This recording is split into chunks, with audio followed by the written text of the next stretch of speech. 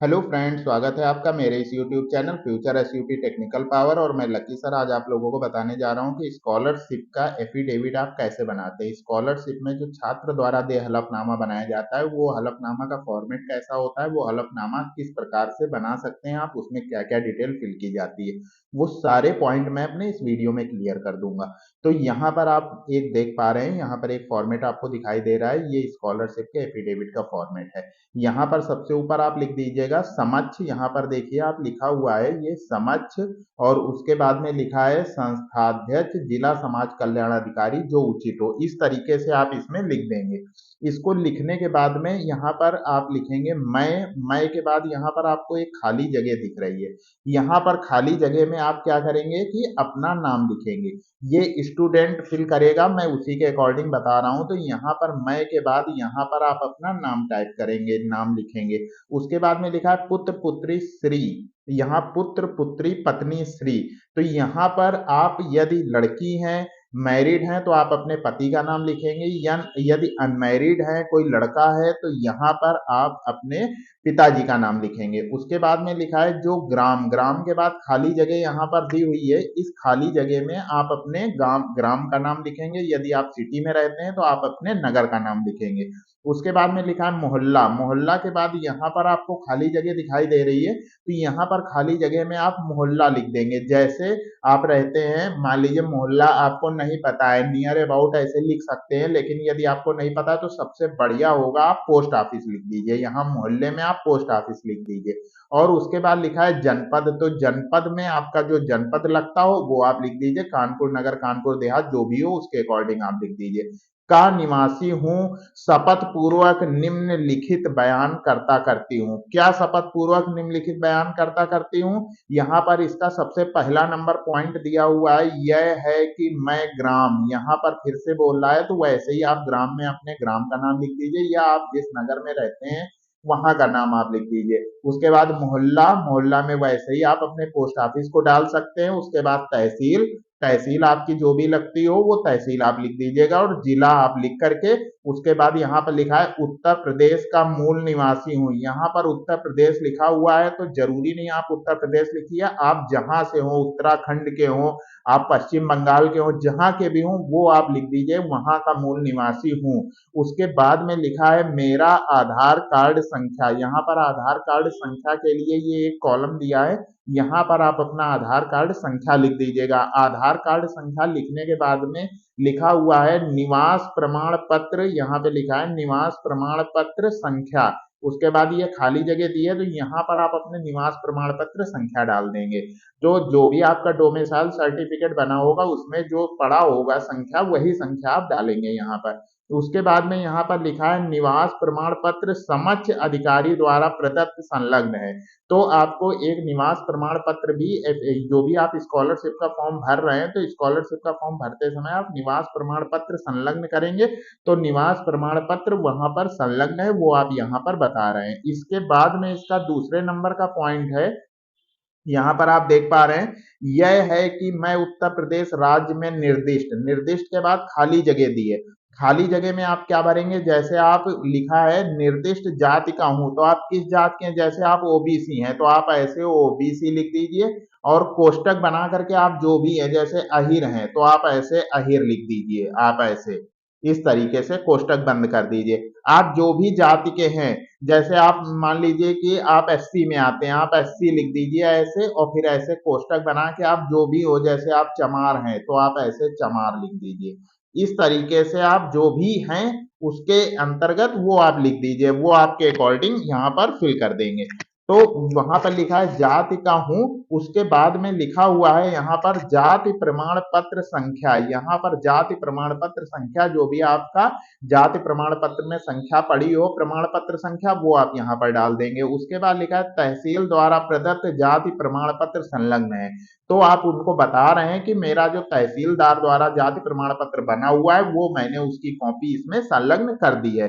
इसके बाद में इसका तीसरे नंबर का पॉइंट आप देख पा रहे हैं, यहाँ पर लिखा हुआ है तीसरे नंबर का पॉइंट यह है कि यहाँ पर तीसरे नंबर का पॉइंट दिया है, यह है कि मेरे माता पिता विधिक अभिभावक की समस्त स्रोतों से वार्षिक आय रुपए 2 लाख या इससे कम है। आय प्रमाण पत्र आवेदन संख्या, तो आय प्रमाण पत्र के जो आवेदन संख्या है वो यहाँ पर डाल देंगे। आवेदन संख्या यहाँ पे डालनी है, ध्यान से समझिएगा। उसके बाद में लिखा है नियोक्ता द्वारा प्रदत्त आय प्रमाण पत्र क्रमांक, तो जो प्रमाण पत्र क्रमांक है वो आप यहाँ पर डाल देंगे और उसके बाद जारी दिनांक आप यहाँ पर डाल देंगे। ये आप फिल कर देंगे। उसके बाद इसमें लिखा हुआ है, यहाँ पर आप देख पा रहे हैं, ये लिखा हुआ है तहसीलदार द्वारा प्रदत्त आय प्रमाण पत्र अभिभावक के नियोक्ता द्वारा प्रदत्त आय प्रमाण पत्र घोषणा पत्र सहित संलग्न है। तो आपने बता दिया है कि उसमें आय प्रमाण पत्र मैंने संलग्न कर दिया है, उसकी एक कॉपी संलग्न कर दी है। इसके बाद में इसका चौथे नंबर का पॉइंट आप देख पा रहे हैं, यहाँ पर लिखा हुआ है यह है कि संप्रति मैं के बाद यहाँ खाली जगह दी हुई है। यहाँ खाली जगह में स्टूडेंट्स अपने उस विद्यालय का नाम लिखेगा जिस विद्यालय से शिक्षा प्राप्त कर रहा है। उसके बाद में लिखा है शैक्षिक संस्थान के बाद यहाँ खाली जगह दी है।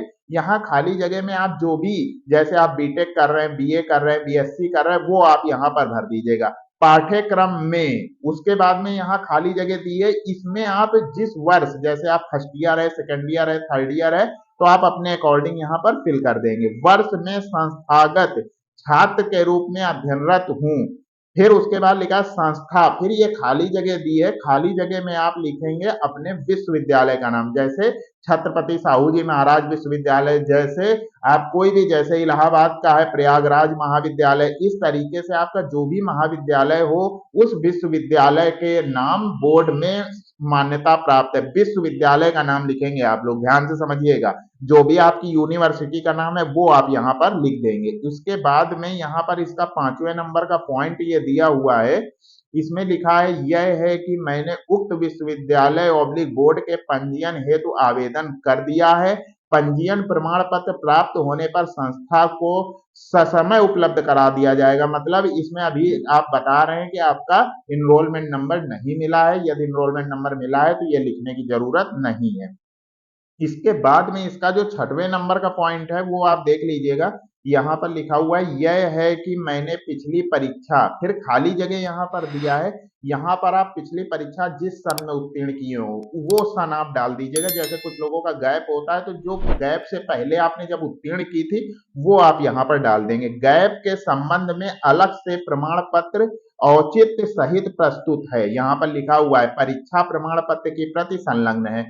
ठीक है, यहाँ पर आपने बता दिया है कि मैंने यदि गैप किया है तो उसका प्रमाण पत्र अलग से मैंने कॉलेज को उपलब्ध करा दिया है। इसके बाद में इसका 7वें नंबर का पॉइंट आप देख लीजिए, यह है कि मुझे कोई दूसरी छात्रवृत्ति नहीं मिल रही है। यदि कोई, यहाँ पर लिखा है अन्य छात्रवृत्ति जो इस योजना के लिए लाभप्रद हो, तो आप उनको बताएंगे कि मुझे अभी तक कोई भी छात्रवृत्ति नहीं मिली है। ये देखिए उसी से टॉपिक में बोल रहा है कि आपको कोई दूसरी छात्रवृत्ति नहीं मिली है। यदि मिली है तो मतलब उसमें आप दूसरी स्कॉलरशिप के लिए अप्लाई नहीं कर सकते हैं। उसके बाद में यहाँ पर आप देख पा रहे हैं, यहाँ पर इसका जो 8वें नंबर का पॉइंट है यहाँ पर दिया हुआ है, यह है कि मेरा बचत खाता संख्या, ये लिखा हुआ है यह है कि मेरा बचत खाता संख्या।